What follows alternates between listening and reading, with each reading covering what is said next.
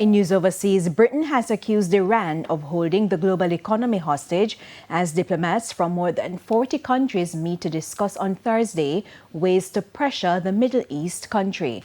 They want Iran to reopen the Strait of Hormuz, a critical oil shipping route disrupted by the U.S.-Israeli conflict with Iran.